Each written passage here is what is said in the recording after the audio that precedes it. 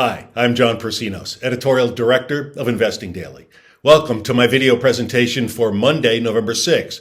To view our full range of products and services, visit our website at investingdaily.com. Also, visit the website of our subsidiary, streetauthority.com.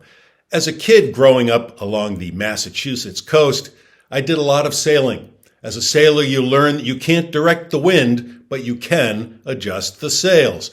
The same goes for investing.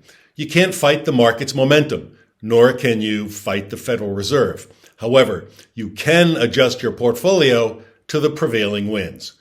Okay, I'll stop with the sailing metaphors. Here's my point. The prevailing investment trends are bullish. The tide is turning toward growth. The benchmark SPDR S&P 500 ETF Trust, the SPY, has risen above both its 50 and 200-day moving averages. A rising moving average indicates that the security or index is in an uptrend, while a declining moving average indicates a downtrend. The shorter the moving average, the sooner you'll see an actual change in the market. The CBOE Volatility Index, the VIX, aka Fear Index, has been in a steep decline, falling to below 15 after reaching a recent high of 21. A VIX reading below 20 suggests declining stress and fear in the markets. A reading above 20 indicates the converse.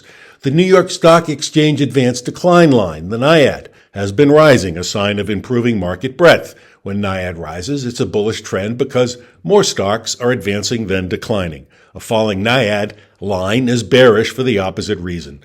The benchmark 10-year U.S. Treasury yield has fallen from the 5% high it reached last month to settle at about 4.55%.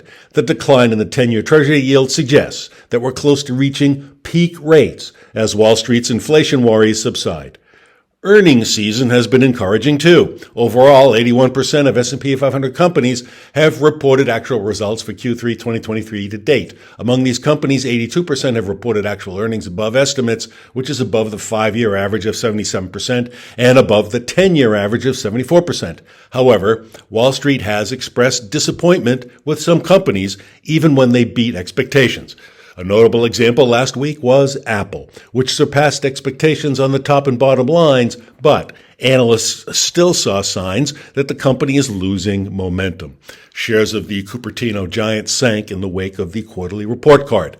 That said, as of market close November 3, the S&P 500 index is reporting higher earnings for the third quarter today relative to the end of last week and relative to the end of the quarter. The blended earnings growth for the third quarter is 3.7% today, compared to an earnings growth rate of 2.6% last week and an earnings decline of minus 0.3% at the end of the third quarter, September 30. Blended combines actual results for companies that have reported and estimated results for companies that have yet to report. 8 of the 11 S&P 500 sectors are reporting year-over-year earnings growth led by communication services, consumer discretionary, and financials. 3 sectors are reporting a year-over-year decline in earnings: energy, healthcare, and materials.